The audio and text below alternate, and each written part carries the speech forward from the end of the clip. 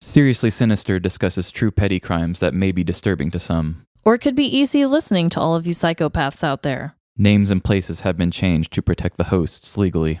Listener discretion is not advised.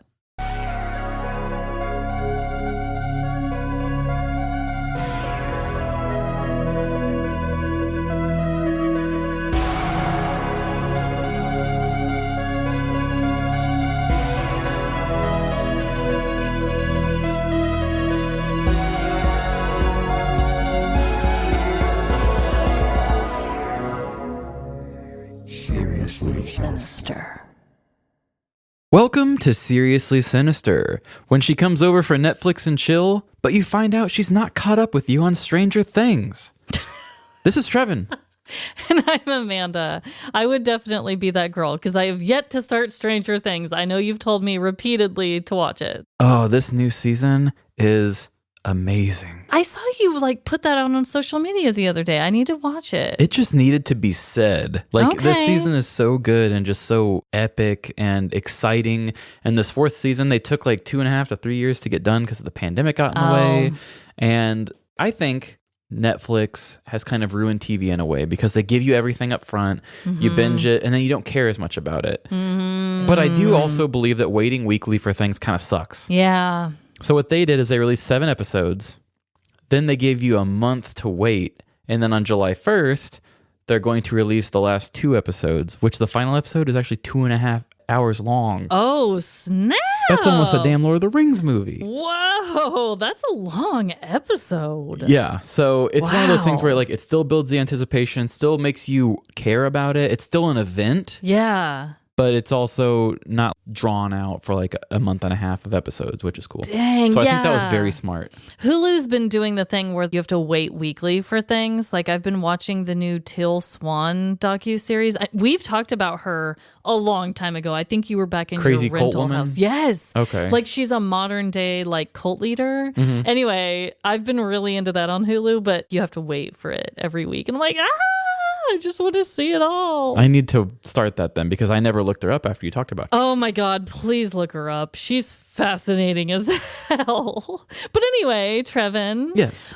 What is your dreadful dilemma this week? Okay, so this is going to get deep and philosophical. I'm ready, I think. I was on my way to work the other day, and I'm always running late because I'm always fucking around at home and not getting things done. Anyway, I was on my way to work, and I'm a guy who has a comfortable speed to me. I'm not saying I go slow. I'm always speeding. I'm always going at least 5 over, maybe 10 over, but I never want to get pulled over. So my game is always go 5 over. And then if somebody passes me going faster, follow them. So then if somebody's going to get pulled over, hopefully it's the guy faster, gets pulled over. So I was in a 60 and I was going about 70, still speeding. I was going to make it to work on time. I haven't been late to work for a while because, my speed game's so strong. Right. And I could tell this car behind me was getting pissed off because I could tell I was not quite his tempo. Were you in the right lane though? I was in the left. Oh, okay. Because there was an on-ramp to my right, so it was kind of getting congested on the right. Okay. So I'm speeding. I'm going to get to my destination. Obviously, I could just tell this guy I wanted to go faster. And I thought, well, that's kind of silly. I'm still speeding. He shouldn't be that upset. We're still going to make it somewhere. So we finally get to a little bit of a clearing. And I totally had every reason to be in the left lane. I was going faster than everybody else. You were passing people. I was passing plenty of people. A clearing comes up. This guy whips it into the right lane, speeds past me. And as he's passing me, he's just flipping off and pushing it against his window the whole way. And in that moment, I realized that our world will never solve their problems. Oh. Because that whole thing was a giant metaphor for the world at large. Here I am, a person who does not respect the rules. I'm a guy who says, you know what? You tell me to go this fast, and I will not listen. I will go faster. And I'm surrounded by a world of people who are sticking with the rules. Okay? And then here comes this guy who is also, him and I are on the same team. We're both anti-rules. We are rule breaker guys who have something in common, and it's that we are rebels. But because I rebel a little less than him, and because he's a little bit faster than me, we are now enemies. Oh, so God. It makes me think about that in terms of politics or anything else in the world. It's just like, even though we're on the same page, we are not on the same page. And then I wanted to fight that guy. I was like, you fucker, I will fight you. Right. And you both just wanted to speed. Yeah, we were both on the same page, on the same level. We both agreed. left-siders. Yeah. On the highway. Both speeders. Yeah, if him and I were sitting at a table and it was just like, what do you have in common with your driving? And I'd say, I like to pass people to get places. And he'd say, me too. We could bond over that. Yeah. But because we were both on the same road together, we're not friends. Because he wanted it one way and I was serving it up a different way. I hate it. Isn't that wild? It. Like Emily and I it. have talked about this, where when you're on the road, you don't see people as people. You see it as, this blue car. This jackass in the sports car. You know, this guy in the big truck. What's he compensating for? Yeah. So it's like, people aren't people. They're just vehicles. Yeah. And you have like this odd... Like you're in this little bubble. You're in this little room that moves with you. And... nothing exists outside of you. Even if you make a mistake and do something stupid on the road, you have nobody there to tell you you're wrong. So you're just like, that wasn't my fault. Even though it was like, I think that was your fault this time. Yeah. The road is a weird place where the rules don't exist in the same medium. Yeah, I was actually even thinking about that the other day when I had my 1-month-old daughter in the back seat and I was trying to take her to her doctor's appointment. And I was like, you know what? None of these surrounding cars know that I have a baby and they probably wouldn't even care. You know, like they're just looking at my vehicle, and if I'm going slow or being cautious, they're probably like, move, you know, and they're not thinking, oh, she just had a baby. She has a baby. Like, you're right. We don't think of each other as people on the road. Yeah. Oh, damn. People are automatically labeled by their car. Yeah. Which I have a Captain America sticker on my car. And I wonder how many times people have like honked at me or flipped me off because they're like, I'm a Batman fan, bitch. Like, I hate you. Because when it's a car, you literally make a snap judgment, and that is that person for life. Especially if they have a weird bumper sticker. Or, yeah. Oh, that is so damn true and so damn sad. And weird. And creepy. Yeah. Well, I have a dreadful dilemma too. It's something that should have been a positive in my life, but because of the things I'm interested in, it wasn't. So let me break this down. I took my 2 daughters to the park with my dad a couple weeks ago. Shout out, Dennis. Yeah, shout out, Dennis. I know you're listening in the hot tub again. So we were at the park. My older daughter was playing with a new friend she had made. My 1-month-old was in her stroller, just asleep. She likes to smile a lot in her sleep, so she was giving us these cute little smiles. And my dad was like, oh, look at her smile, and was going on about how my kids both have these really cute smiles. And he's like, you know, you always had a smile that lit up the room too, though. And Trevin, isn't that the most... Okay. I'm going to take my bias and my thought process out of it for a minute. Isn't that the fucking sweetest compliment?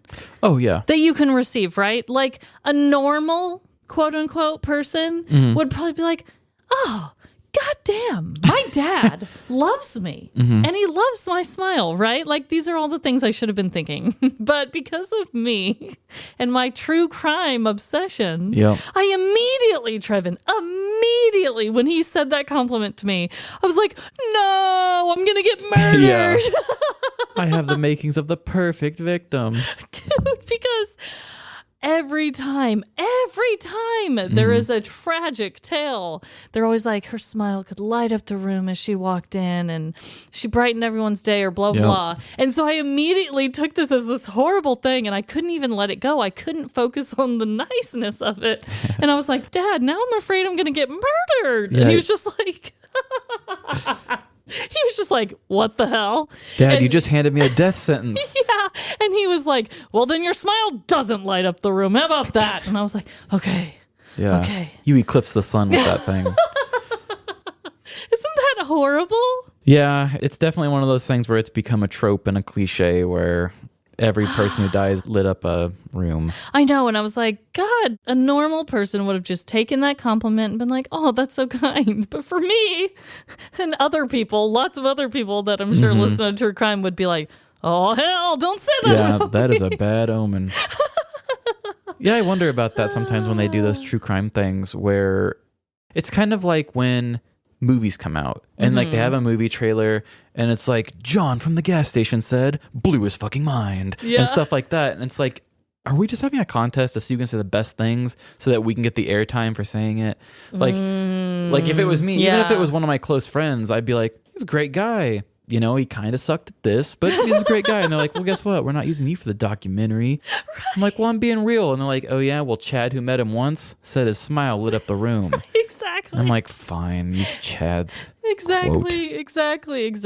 Like, are they just taking the best things they can hear? Or are all of these people just, like, amazing? I don't know. Yeah, I mean, it could be the case. But yeah, it just seems like they always all have something kind. Yeah, so I was like, motherfuck. Yeah, you know? I think it was Dane Cook had a stand-up thing where he said it'd be really good for instead of when you're going for a job interview, ask a close friend to vouch for you for this job. And it's like, it'd be a lot better if you ask their enemy.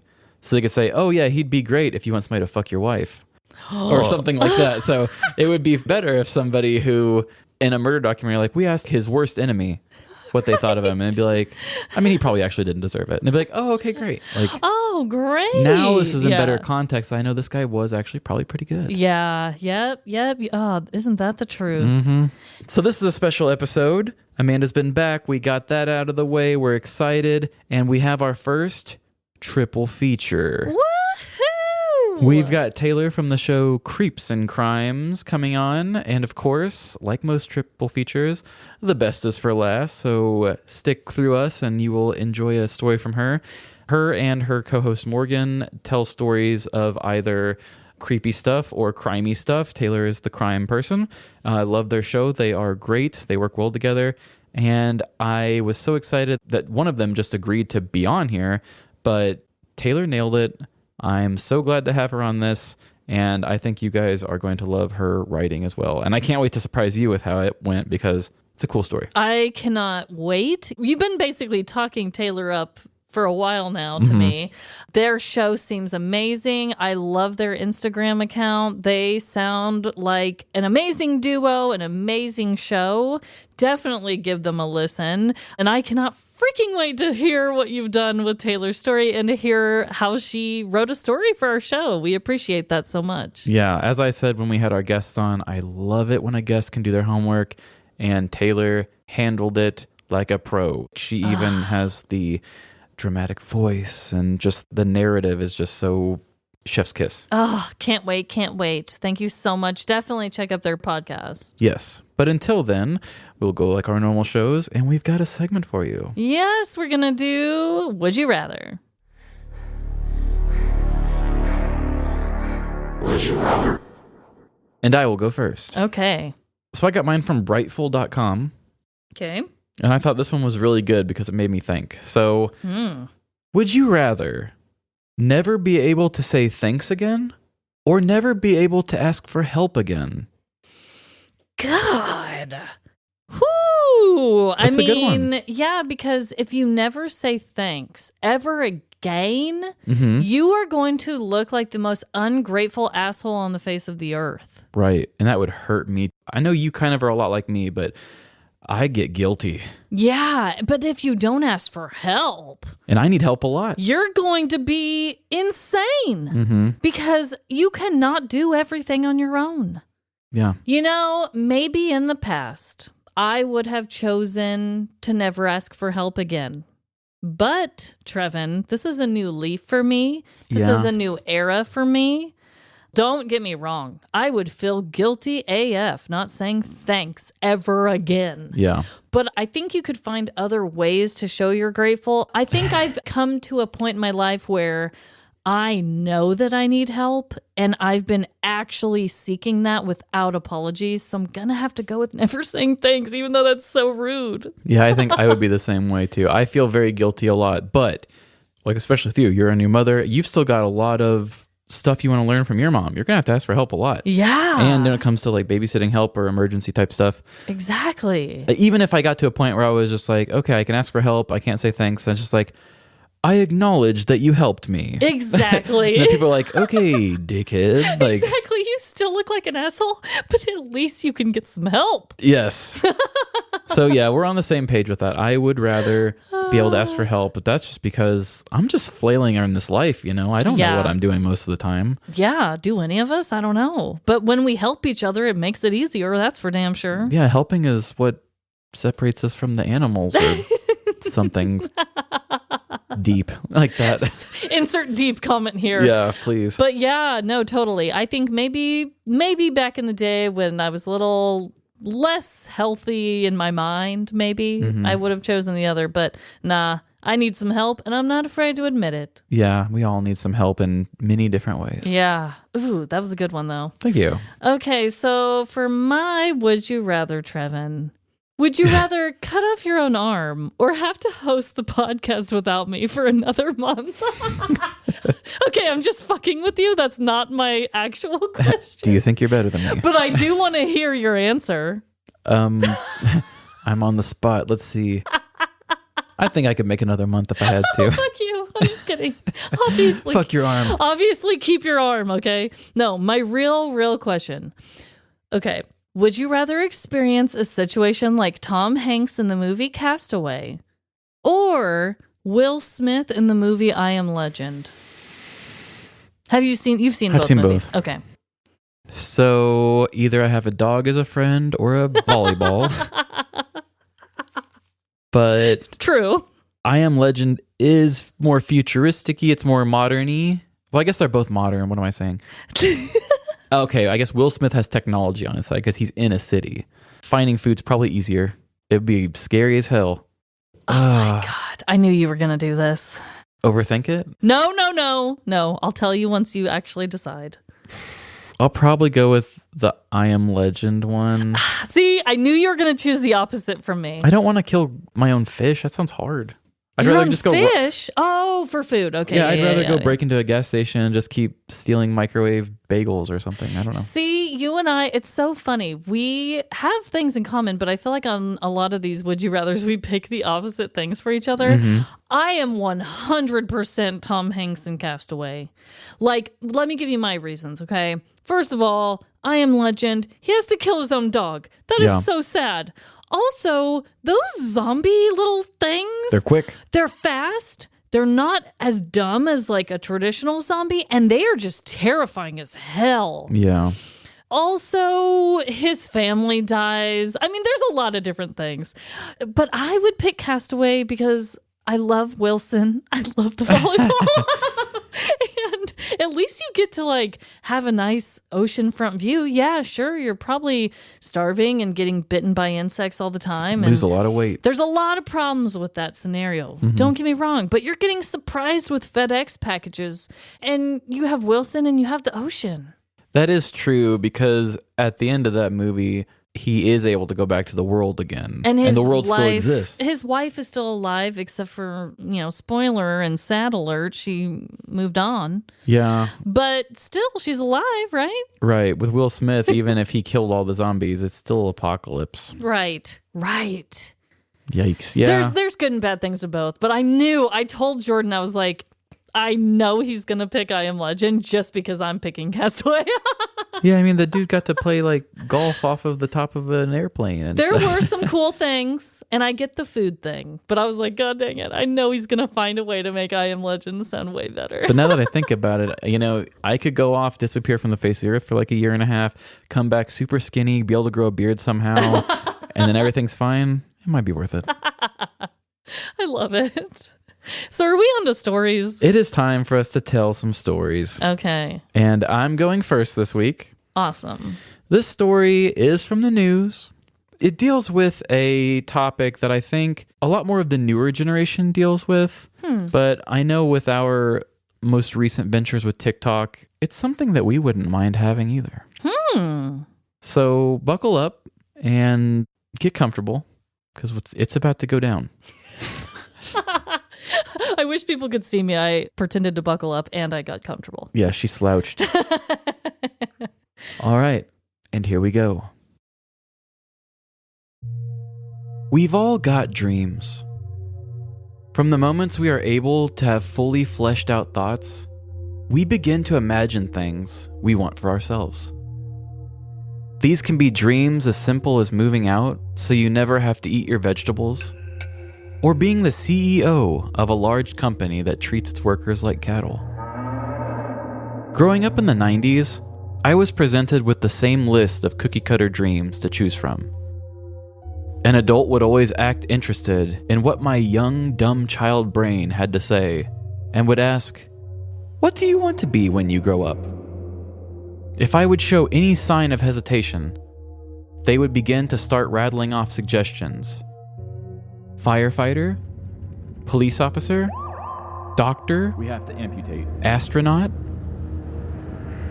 Here I am, with one finger up my nose, while drooling high fructose corn syrup onto my Batman t-shirt. And you think I may be a good fit to handle other humans' well-being? Let's be real. I was doomed for corporate America from the start. If I could take a quick side tangent, isn't it a little odd that we ask kids what they want to be when they grow up? Like, we are looking at this small child, full of wonder, and our first question is, what is the most ideal way for capitalism to exploit you? Boy, it sure will be a lot of fun when you stop being a little consumer and finally take your place as a cog in the wheel of society. But I digress. I bring up dreams because advances in technology have created new dreams in our youths. With the rise of social media platforms, we've seen that there are ways of being famous, or at the very least able to make a living off of different social websites and apps. From the early days of YouTubers getting advertisement deals, Click the bell at the top so I can eat this week. to Instagram influencers, and now TikTok personalities. The new generation has found a way to be wealthy, famous, and never even have to leave their own home. It puts a whole new meaning on the term extroverted introvert. No matter the platform, it all works about the same way. You try to create quality content while bringing in subscribers one by one. It can be a long and tedious process, but you hope that eventually you will strike gold with an epic post. This, dear listeners, is called going viral. If you go viral, all of your prayers will instantly be answered. Thank you, Jesus. Potential followers will bring their friends. You won't have to try as hard to impress. And your mother will finally come back from getting cigarettes all those years ago. Can you believe every state was out of my brand? Every post you make will have a special kind of influence to it. You can freely share your opinions on politics, and people will respect you. Tell me more about how the president is a lizard person. It's no wonder why everyone wants a piece of that pie. Unfortunately, we as a society grow pretty bored of most entertainment at our disposal. Nothing is ever good enough. Our tastes change, and we are more and more desensitized to what used to excite us. This will lead aspiring influencers to degrade themselves and try any fad that they think may work for them. Remember planking? Woof. Hey, look! I'm aboard! Holy shit, you are hilarious. Today's narrative follows one man's pursuit for the chance at a viral post. And if Biggie were around today, he may even change his tune to mo followers, mo problems. Andre had a lot to say, from his thoughts on the people in his neighborhood to his views on society. Although no one had given him any indication on whether or not his thoughts were appreciated, Andre considered himself a comedian. And when your observations and musings are as good as Andre's, you need to get them out into the world. So, what's the deal with bosses? They suck, right? With little thought put into it, Andre jumped directly onto YouTube and created his account. He would forever be known to his adoring public as Savage_Dre. All right, time for them to come flocking to me, Andre said to himself. For his first inaugural YouTube post, he decided to keep it simple. He started off by greeting everyone and making the promise to take every subscriber to Foot Locker and buy them a pair of shoes. "Make sure you like and subscribe," he would say to the camera. Although Andre had made a very expensive promise with the Foot Locker remark, he was very underwhelmed with the turnout. Not only was he not gaining subscribers, but he didn't even have any views. "I told people to like and subscribe," Andre said to himself. "What more do I need?" Much like a group of teens calling themselves a band, but never actually practicing or making songs together, Andre thought the bulk of his work had been done. He had the online handle, and he made a post asking for subscribers. This makes him an official YouTuber. Why don't people care? In the wake of his disappointing launch, Andre decided to trust the process and create more content. In his second video, entitled Introducing Information, Andre begins by asking his non-existent followers for suggestions on what they want to see. "Let me know what you want to see, what you're interested in. I'll do stealing car pranks, whatever you want," Andre says to the camera. He even created another intro video for his followers to get to know him. In the video, you can see Andre driving in a car while talking about himself. Or so the viewer is left to assume. Unfortunately, with his video editing skills, he decided to add a song over the video, making it impossible to understand anything he's saying. It was YouTube gold. As time went on, Andre realized that he couldn't just keep making posts that are introductions and promises of content in the future. By this time, he had just been posting videos asking people to subscribe to a channel that only asks people to like and subscribe. His followers weren't giving him any suggestions for what they wanted to see, so it was time to get the ball rolling with his first prank video. Growing up as a Three Stooges fan, Andre knew what he had to do. There was no form of humor more highbrow and respected than pieing people in the face. Although it was an almost 100-year-old slapstick gag, he knew that he had what it takes to reinvent it for a new era. It was set to be Andre's tour de force, Pie in the Face Prank, Part 1. At the start of the video, he starts by begging his listeners to like and subscribe, while holding a stack of paper plates in one hand and a can of whipped cream in the other. "I'm doing this for you. I know 60% of you watch and don't subscribe. I'm doing this for you," he says to the camera in a frustrated tone. The camera then cuts to the cameraman following Andre down a sidewalk. "Everyone's a suspect," the cameraman says. With no people out on the sidewalk, Andre goes directly into a movie theater. "Hey, I'm doing a YouTube video. It's a social experiment," Andre says to the concession workers while holding a big plate of cream in his hand.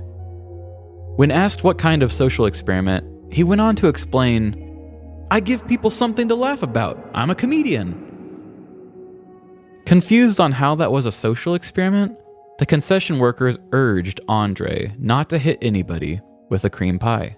Don't hit anyone with that. Almost offended at the accusation, Andre went on to say that he was not going to hit anyone with it, and he swears to God that he isn't there to cause trouble. Eventually leaving the movie theater, he rounds the corner to find a woman pulling a wagon. The two men slowly stalk the young woman in a very long, unedited cut. Eventually gaining on her, Andre comes around her left side and smashes the pie into her face before running away. The thrill and excitement that the two felt was so rewarding. They had found their niche. The second half of the video ended with Andre taking the camera, while his cameraman went to go pie an unsuspecting man crossing a parking lot. Once uploaded, Andre had reached over 1,000 views and 85 subscribers. For an encore, he immediately went downtown and gave the people more of what they wanted. He singled out another young woman and threw a pie in her face. This was fame. Unfortunately, with this newfound fame came a ton of scrutiny. Comments started to come in, asking why he only seemed to single out women who were defenseless. It was clear that Andre was not built for this kind of fame, as he had to address all of the so-called haters. Perhaps the biggest haters through all of this was the Greenville police. Not long after the videos went public, his name was online with CCTV photos of him. Andre was wanted on multiple charges of third-degree assault and battery. The police had gone to his residence, but he was not there. With his eyes closely on his own name on Google, it was impossible for Andre to ignore the manhunt. He took to his YouTube channel to explain that it was a prank and he did not mean to hurt anyone. But he would not stop because his YouTube fans needed his content and he would not give up the dream. In the end, the search for him never stopped, leading Andre to turn himself in.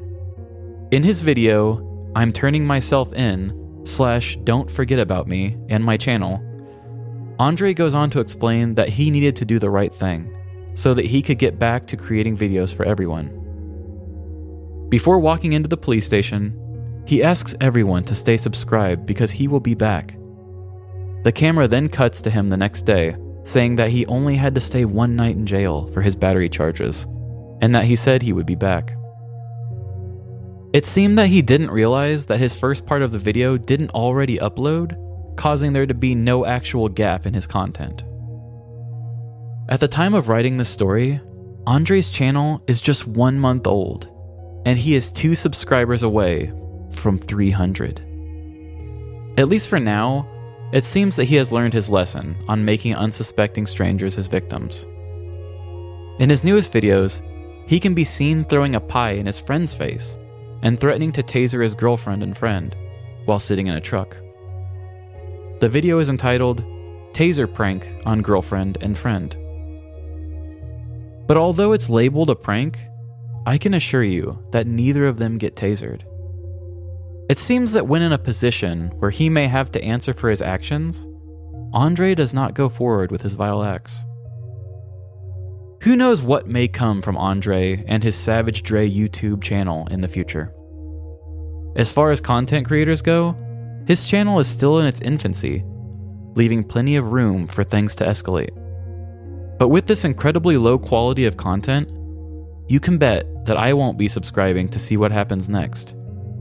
I'll just wait for another crime headline to come out of whatever next misdemeanor he considers to be a prank. Oh my God. Pies to the face. Yeah, what year is this guy living in? Oh my God. And he's so confident that he's giving the people what they want. I cannot stress to you how cringy and awkward this guy's videos are. Just you describing them made me ashamed and embarrassed for him. He is so embarrassing. And he goes up to people and is like, "It's a social experiment." And they're, "What's the experiment?" "I'm a comedian." "That's not a social experiment." "Well, I give the people what they want." And he's sitting there holding a cream pie like, "Please do not throw that on anybody." I'm not going to throw it on anybody. But like even the video of him like wanting to taser his friend and stuff, they're just like sitting in a truck and he's like, "Look, I got a taser." And he's like, "Whoa, whoa," and like going like he's gonna like zap his girlfriend. And she's like, "Bitch, you better not fucking zap me." And he's just like, "Come on, I'm not gonna do it. My followers would love to see it though." And then like his friend's in the seat behind him with the door open because they're like parked and sitting in a car. And so he like brings his arm around and he's like, "Whoa, whoa," like trying to get his friend. His friend's like, "Man, get the fuck off me, man. What you doing?" And he's just like, "Yeah, I'm pretty funny." It's so weird. It's like, why are these people even hanging out with you? Right. But and maybe they didn't after that video. I don't know. I don't know either. Even his friends seem to... At first, I thought that his cameraman in the original videos, the guy that held the camera for him to go pie the women, I thought that maybe it was one of those things where, oh, I have this super embarrassing friend. I'm just going to see whatever he does next. But then when they take turns and the guy's like, "Oh, I'm going to go pie somebody too." I thought, damn, I thought at least somebody was a little aware of what's going on here. And like, what kind of a wagon was this woman strolling around with? It would look like a Little Tykes, like that thick plastic, like a kid's wagon. And there wasn't a kid in it though? I don't that you think could see. so. Okay. There has been people in the articles that said she was a young mother, But if there was a kid in the wagon, it didn't make a noise. Whoa. Both of the women that he took, it's so funny because in the second one, I guess it's not funny. It's wrong. But in the second one, they're like walking and he's got this fast walk going on. And his friend's like, get his ass, get that guy. And there's like a guy who walks by and you could tell he's like, hell no, I'm not going to do that guy. He could probably kick my ass. And then he just like waits a little bit and he's like, oh, here's a woman by herself. Bam. And he just like slams it in the woman's face. Oh, like you have to know that you're purposely going after people who are more defenseless and who aren't going to teach you a lesson. Yeah. Oh, those poor pie victims. I got to show you one of his videos. This guy, he looks nuts. Oh my He's God. wild. We should like just go and like dislike all of his videos. Usually when we talk about somebody who's like got a channel, we promote them, but nah, not this guy. No, I mean, I used all the same names, so you can all go find him. Oh my God, Savage_Dre. Yeah, I don't really know exactly what his punishment ended up being. I couldn't find it, but he did go spend a night in jail. But like I said, he did it all in the same video where he's like, oh, I'm going to go to jail. Hope you guys don't forget about me. Camera cuts out, comes back on. He's like, okay, I'm out of jail. And it's like, you should have uploaded that. And then people would know to look forward to your stuff and then start a new video tomorrow and say, I'm out. Exactly. But it's literally just one video. It's like, I'm going to jail. I'm out of jail. Oh my God. He really needs to get some better editing and better content ideas. And Poor some guy. self-awareness with what he's doing. Oh my God. You just can't pie women and men on the streets. And Yeah. And he really thought that he was like on his way. He was like, I'm a funny guy. I should have my own YouTube. damn. Not everyone should be an influencer. No. You know what I'm saying? And I don't want his influence on anybody. God, no. Wow, that was really something, Trevin. Thank you. Oh, well, I also have a story this week that is from the news. It was sent to me by 2 different people, actually, to cover on our show. It also takes place in the closest city to the tiny town I grew up in. Ooh-wee. So I felt a little connected. So I'd like to give a shout out to my cousin Chris, who also listens to our show. Yes, he does. And he texted me it and was like, the news article, and was like, you got to do this. And then my husband Jordan saw the news article and was like, you should do this. And so I was like, well, shit, I got to do it. So thank you to both of you guys for sending me this extremely foul and petty crime. Yeah, and for the record, I love it when people do find stuff that maybe we don't see. Totally. Because I honestly did not know about this one until I just happened to stumble upon it on TikTok. Yeah, no, I hadn't heard of it either until they told me about it. And I'm so glad that they did. Yeah, don't be afraid to share an article with us. Even though it's not your personal story, well, thank you for it. Yes, please. Please send them to us. We love it, love it, love it. All right, so here we go. When I say the word beauty, what does it mean to you? If you're a male related to Trevin, it probably makes you think of a classic muscle car. If you're me, you picture a majestic collie standing on a hill with the wind blowing through their fluffy puppy hair. But for the average consumer, some sort of beauty industry probably comes to mind. Because nothing says beauty like fixing your dull face, bad hair, and crusty nails with a variety of products. For Cassandra, the beauty industry was her life. Growing up in Wichita, Kansas, she always stayed up to date with every beauty trend the city offered. She filled in her once thin eyebrows with a tattoo gun, adhered long Kardashian-style fingernails onto her hands, and even cut and dyed her pubic hair to look like a strawberry. Cassandra took her love for beauty products and turned it into a job, working at a store called Mid-K Beauty Supply. Not only did she get to judge the shoppers that entered the store who needed a serious makeover, but she also got a 10% discount on her favorite products. Of all the products sold at Mid-K Beauty Supply, the most popular items sold were the wigs. With an impressive variety of fake hair, customers were sure to walk out with a new hairstyle that would make their neighbors shout, "Damn, girl!" as they walked by. Ooh, that hair. On a sunny afternoon in early May of 2022, Cassandra showed up to work at the beauty store. It started off as a normal day as she spent her time organizing nail polish and fluffing up the wigs on display. It was a very slow day without a ton of foot traffic. Cassandra had just assisted a thirsty-looking customer to the lotion aisle when the store's front door let out a ring, notifying a new customer had entered. The new customer was a woman wearing tight capris and a black top with a work lanyard hanging around her neck. She had a purple sheen to her shoulder-length hair, and her lanyard made a distinct sound as it hit her chest when she walked. Cassandra gave her a judgmental look up and down, and wasn't surprised as the new customer turned down the wig aisle. Cassandra walked back to the register at the front of the store, knowing that this lady needed more help than even herself could provide. Some time had passed when Cassandra heard the familiar sound of the chest-bumping lanyard making its way to the front of the store.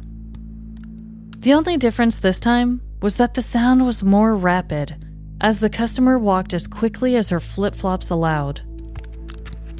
Before Cassandra could offer a half-assed, "Have a nice day," the customer had left the store.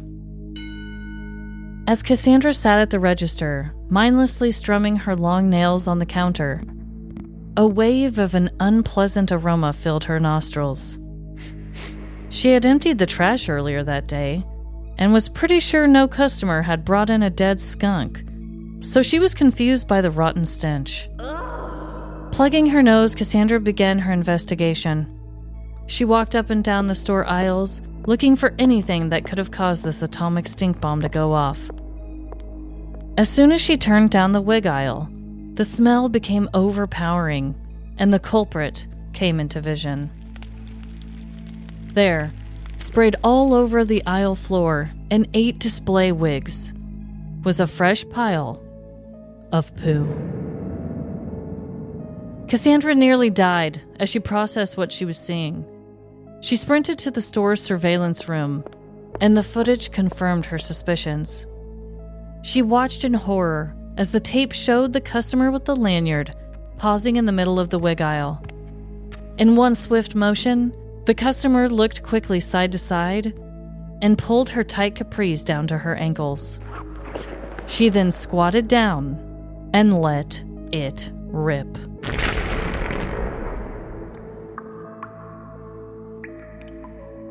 Wichita police posted a surveillance image of the customer walking onto their Facebook page saying, "Wichita, we need your help with a unique case. We're trying to identify the pictured female who on May 10th entered a beauty supply store in the 2200 block of East 21st Street and defecated in the middle of the aisle." Yes, you read that right. The defecation was significant enough that 8 wigs were destroyed as a result, and the business would like to know who the perpetrator is so they can pursue criminal charges. The incident was captured on video surveillance, but for the good of all of you, we are not posting the footage of the offending fecal assault. If you know the identity of public enemy number 2, you can call Detective Meyer. The post, of course, went viral, and the lanyard lady was identified within hours after the post was made.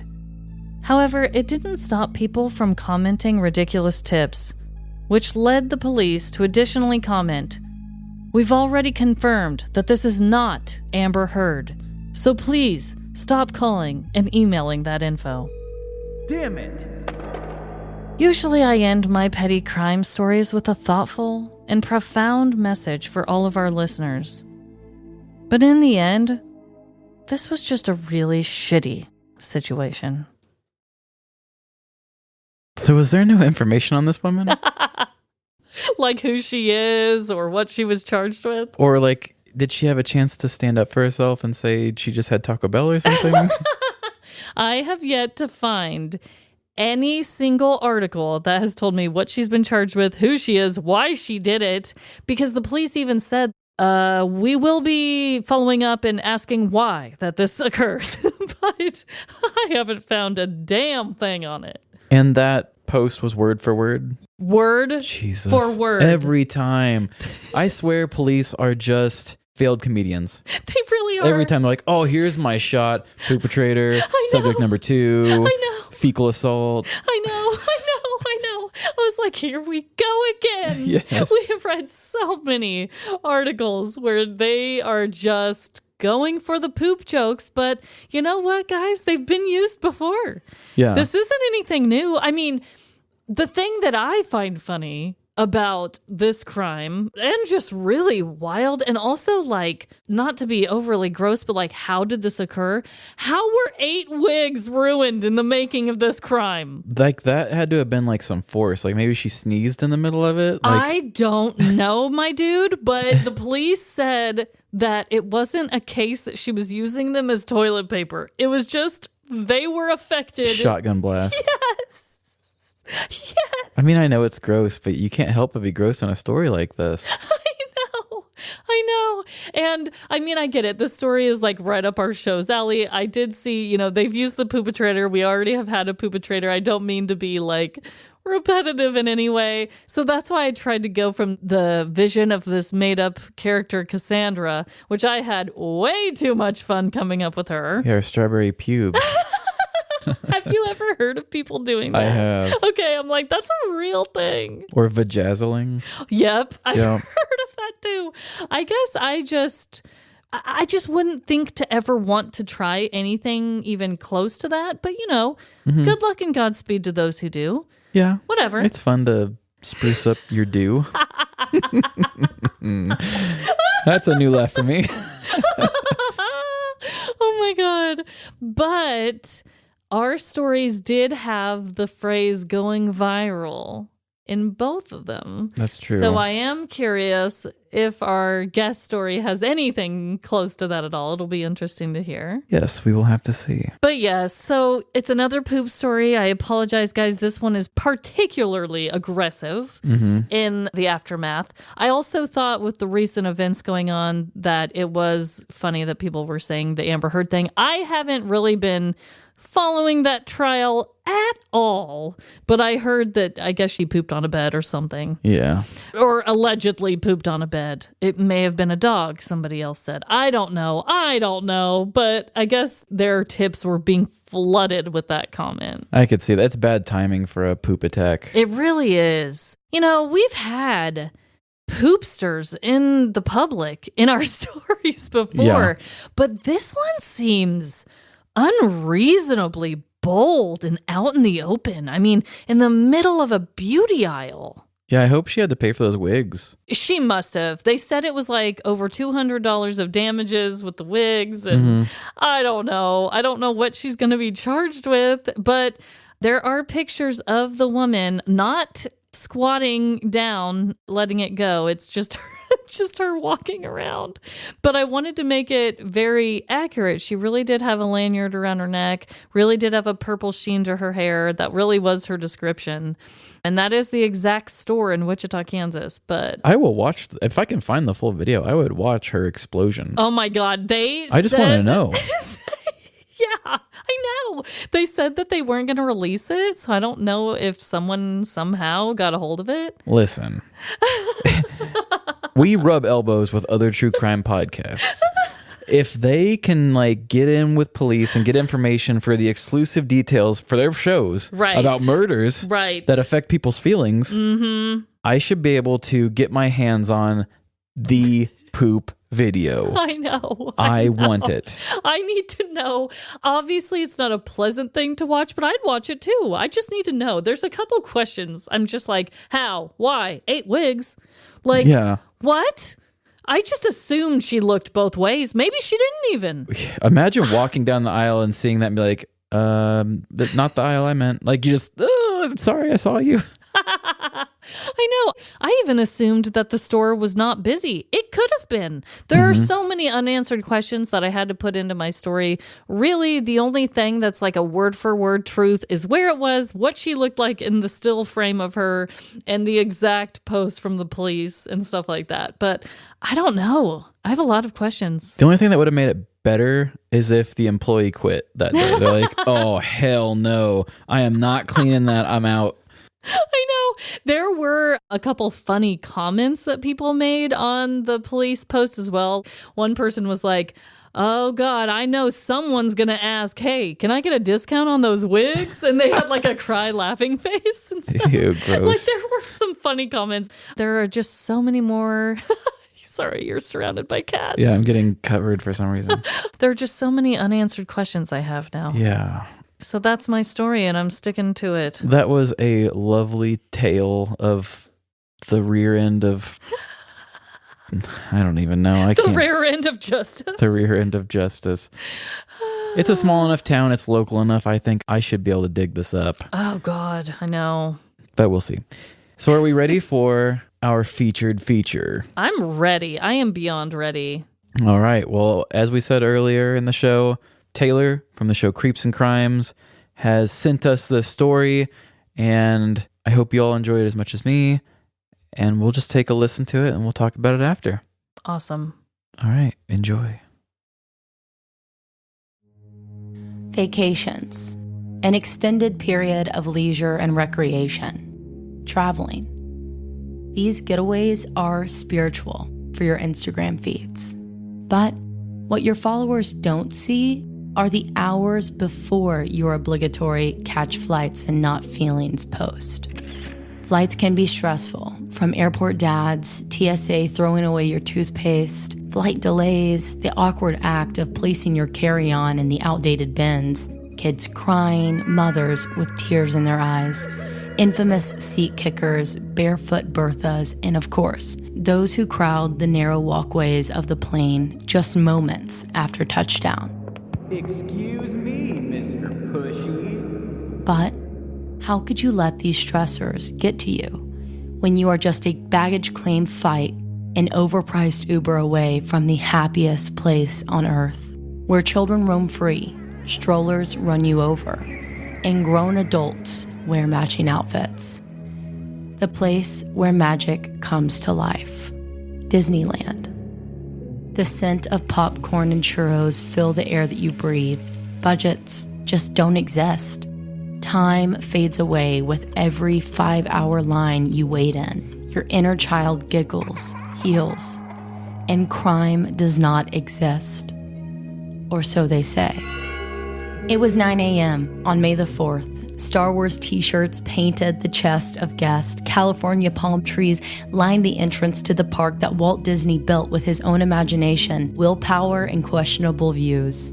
Taylar, Logan, Chris, and Parker downed their coffees as they skipped from their hotel to the golden gates of the most magical place on earth. Taylar is known for her observance, a true crime-obsessed podcaster whose intrusive thoughts and fear of someone covering her own story keeps her up at night. You would never think this about her, though, because she is notoriously a free spirit.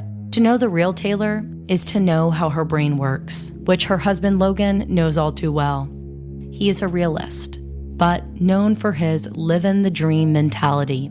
Always down for a good time, Star Wars and Marvel obsessed, and constantly ranting about random topics. Why do they keep making these Spider-Man spin-offs? A high-energy fast walker with pride, promise, and excitement. I am excited. Parker, his former college roommate, is used to these quirks and loves to fuel Logan, but is famous for his ability to be brutally honest and his uptightness. They're not gonna let you in looking like that. An original Xbox gamer, a see-it-to-believe-it type of man. Preparing for the worst, but secretly hoping for the best. Reasonable, low-key, and dramatic. The in-between of Chris and Logan's energy. Chris, the final piece to this college bromance trio. The reason these Tennesseans ventured to the California.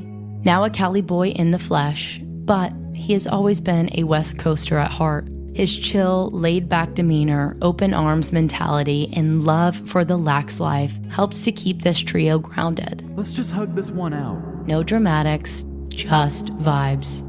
These best friends, travel companions, all in their mid-20s, giggled and manifested for their first visit ever to the original Disney park. But they came prepared. This was not their first rodeo. Walt Disney World in Florida is their stomping ground. Many college spring break visits prepared them for this moment. I'm doing shots with Goofy. Backpacks were strapped tightly onto their sweaty shoulders. Ponchos were stuffed into the depths with sunscreen, unopened water bottles, a change of socks, emergency deodorants, and fully stocked wallets. As they scanned their tickets and walked through the Main Street USA, the original, magic filled the air. Smiles stretched from ear to ear, and photos were absolutely taken. This was the best day ever. What could go wrong? In honor of Walt Disney, the four loaded onto the Disneyland train, feeling the brisk morning air flow across their faces. Riding the perimeter of the park, pointing and gasping at the attractions. Finally jumping off at the Fantasyland station to make their way to Star Wars Galaxy's Edge. The friends scarfed down their Ronto wraps and headed to their first ride of the day. The Rise of the Resistance. The wait time was reasonable, which is rare, despite the child who didn't understand the concept of queues. The air-conditioned themed corridor that was filled with guests was actually enjoyable as the group waited, until it was finally their turn to load the cart and begin their cinematic journey. After the four successfully escaped their battle against the First Order, it was only fitting to cap it off with Luke Skywalker's famous blue milk. Smiling like children as the four made their way around the park on foot, sipping their drinks, carefully studying the map, only dealing with a few shoulder brushers as they got to know the new yet familiar landscape. Stopping to stare at the overhyped mini castle belonging to Cinderella and walking through the air-conditioned shops for a breather. As the four strolled the aisles, a shirt brushed across the arm of Parker. Its soft, chilled fabric left his sense of touch buzzing. It was now an addiction. He had to have it. The elderly shop workers aided in this impulse buy, gawking at how amazing this shirt looked on such a fine young man. Beautiful. The group stopped, watching as the stoic Parker beamed with excitement, modeling his new shirt and walking up to the counter to make his purchase. Yeah, I'll just take this sexy shirt. Digging into his backpack to retrieve his worn leather wallet, unzipping hundreds of pockets, before slowly turning to his friends as he pulls his hand out of the final compartment. Fear and panic painted his now pale face. "I've been pickpocketed," Parker says. Taylar, Logan, and Chris rush to their friend in need, reassuring him that his wallet was in the bag. It had to be. Taylar used her years of experience digging through Mary Poppins-like bags, sifting through each and every pocket, compartment, and item delicately like she was investigating a crime scene. Parker paces, repeating over and over again, "I've been pickpocketed." Chris attempts to calm him down. Logan holds the flashlight over the bag as Taylar searches. Chris looks at Taylar, making direct eye contact as she shakes her head, saying, "It's gone." These words cut Parker like a knife. Taylar quickly packed up his belongings, zipping each and every compartment as Parker sprints out of the shop and towards the Disneyland guest service building. Chris rushes after him. Logan lifts Taylar off the floor and they follow. Taylar thinks out loud, blaming herself. How could I let this happen? How could I be so naive? Before Logan could calm her, the Disney cast member approaches the group. "Hi all, what can I do for you on this magical day?" Like a reflex, Parker blurts out, "I've been pickpocketed." He was frozen, making eye contact with this sweet lady whose expression went from "it's a small world after all" joy to the haunted mansion horror. Chris takes over for Parker as he's still in a state of shock, explaining to the woman that Parker's wallet was at one moment in his backpack and the next in the hands of a thief. Taylar, like she's reciting an active case, walks the kind woman through every moment of their day, giving timestamps, locations, and possible suspects. The woman responds with her script made for moments like this. "At Disneyland, we have a 98% success rate for locating lost items. If you can fill out this form detailing the item that you lost and its contents, we will be tracking this item and email updates to you throughout the day. Once you receive the confirmation that your item has been located, simply make your way to the Lost and Found, and there it will be returned to you." Parker's fingers moved at the speed of light as he filled out this form, and the group walked to the heart of the park. Numb to the magic, filled with fear, Logan begins on one of his classic rants. Who would do such a thing? Taylar blurts out statistics, and Chris ensures the group that the wallet was likely just left behind out of food counter. But no amount of reasonable thinking could calm this group's mind. The park felt different. The public was at risk, moments away from becoming a victim. Every solo traveler, unhinged child, group trailing just a little too close were now suspects, criminals. The four continued their day of rides, overly aware of their surroundings and analyzing all behavior, narrowing their search efforts and investigation to 3 main suspects. A child from the rise of the resistance. He looked to be between the ages of 7 and 10, obviously trying to cut the friend group in line, moments away from an impatience-fueled breakdown that would force his parents to set their smartphones to the side just long enough to give him attention. But his efforts failed. Left with only his imagination to entertain him and forced to stare at Parker's backpack standing in front of him, did he use this as his opportunity to start his criminal calling, making Parker his first of many victims?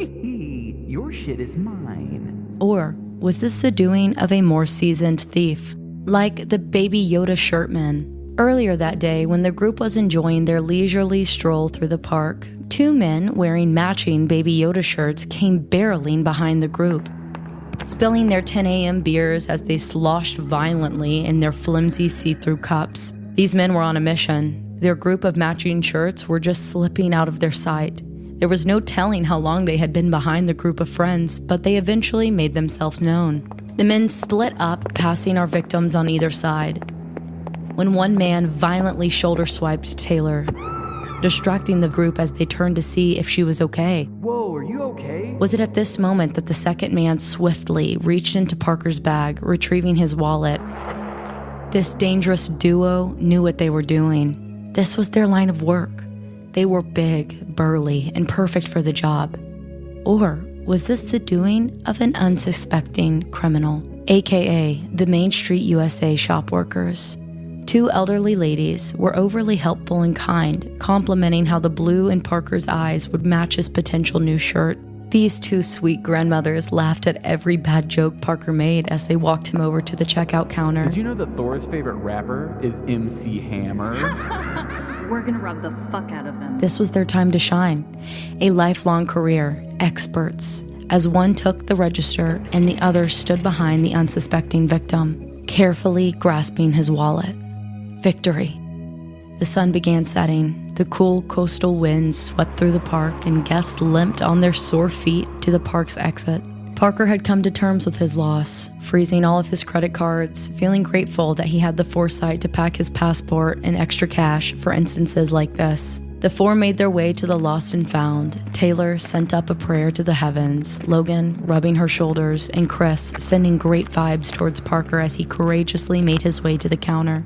This was the true test. Would he be a part of the 98% or the 2% of unlucky bastards? As Parker took each step closer, his life flashed before his eyes, questioning his karma, his soul, his morals, and finally asking the cast member if his wallet had been returned. He could barely hear himself over the sound of his own heart beating. Chris, Logan, and Taylar watched on the edge of their seats, waiting for the final verdict.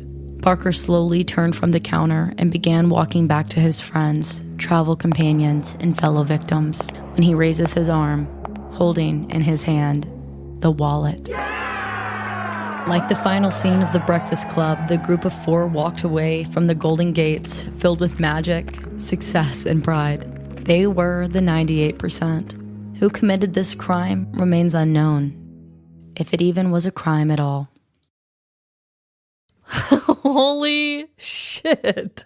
That was amazing, Taylar. Yeah, it was so good. I love her style of writing. It had the very dramatic kind of words every time she says, "I've been pickpocketed." It was just perfect. She totally understood everything that we do. She nailed that. Nailed it. I loved that she said barefoot Berthas at the beginning because I had a barefoot Bertha in one of my stories. Yeah, she even had the name Bertha too. I was like, oh my God, that was brilliant. I severely doubt she took that as like a thing. I think it was just a really happy coincidence, but I loved it. And wow, I was just riveted really the whole time. And I had no idea what you were going to use my sound effect for me being like, ha ha ha, we're going to rub the fuck out of him. Yeah. So actually hearing that in the story was really funny. Yeah, like we've talked about before, Amanda doesn't know the context in which anything I give her, and I purposely give her context that doesn't match. I'll say, oh, say this, and pretend it's this situation, even though the situation doesn't match the situation from the story. Yeah. But yeah, and that was one where I was like very particular. I was like, the timing has to be right for this one because it's like, this one's going to be a very specific one. But oh, God, that cracked me up. That was just, wow. She killed it. So well written. Like you said, I love the sound of her voice, too. Yes. God, just like, great job, Taylar. Yeah, what was the line when she was talking about one of the guys and she said, no drama, just vibes or whatever? That one, I don't know why that line just kills me. I like that. That one really cracked me up, too. There were so many good ones in there where I was like, what the hell? Like, just the writing on that was just so funny. Yeah, it doesn't match me as a person, but I almost want that tattooed on me. Like, no drama, just vibes. Yeah, he was her friend who was now a Californian. Yeah. Oh, God, that was so good. And it wasn't even like a huge big deal, but you made it one because in the moment, it was a big deal for you. Yes. And that's what we're all about. I love that it was a personal story, too. Like, I feel like a lot of our guest readers have told stories from the news, which is totally fine. Love that, too. But I don't know if we've had one that was a personal story. Have we? West London Witch did the one about her dogs. Oh, yeah. You're right. I guess technically Homespun Haints was as well. Yeah, okay. But those were a long time ago. Yeah, that's true. We haven't had one recently. This was refreshing and really nice. And everyone definitely go and check out their podcast. Yeah, they are great and they know what they're doing. Wow. Excellent. Wow. Well, what a great episode this week. Again, so happy to be back. Trevin and I actually partook. What is the past tense we of had partake? partooken. We drank some champagne before the episode. That's true. And it was just really lovely. And I don't know, it's just really great being back. Yeah, it's good to see you out and you've got a whole new energy about you now that the old Winnie's out of you. Yeah. I actually was telling your girlfriend Emily before we recorded that today was the first day I got up and danced with my older daughter in the kitchen. Oh. And my incision didn't hurt and I just felt a new weight lifted off me and it was just a really nice moment. And then I had my first champagne with you. Yeah, I know how much of a problem that was that you couldn't play and do as much with Lila. So to hear that you were able to get a little physical and move around is nice. It was really, really, really nice. So, and it's only going up from here. This is still just the beginning for you. It will only improve. That's for sure. Oh, man. Well, thank you guys. I hope everyone's having a good week out there. And just remember, no matter the crime, big or small, in the end, we're all doomed. Doomed and holding on to those vibes. Good vibes only, no drama. Bye. See ya. Hey, thanks for listening to Seriously Sinister Podcast. If you have dreams of going viral for shitty videos, why don't you follow us on Instagram at Seriously Sinister Podcast? Yeah, and we're also on Facebook. We're also on Twitter. And if you have a very obscure, bizarre story of a true petty crime, you can always email us at seriouslysinisterpodcast@gmail.com. Or if you shit on some wigs, send us a DM.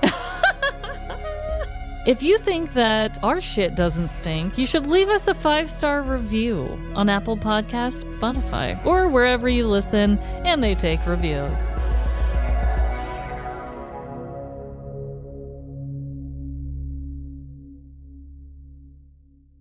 I'll just wait for another crime headline to come out. I'll just wait for whatever crime headline. What the fuck?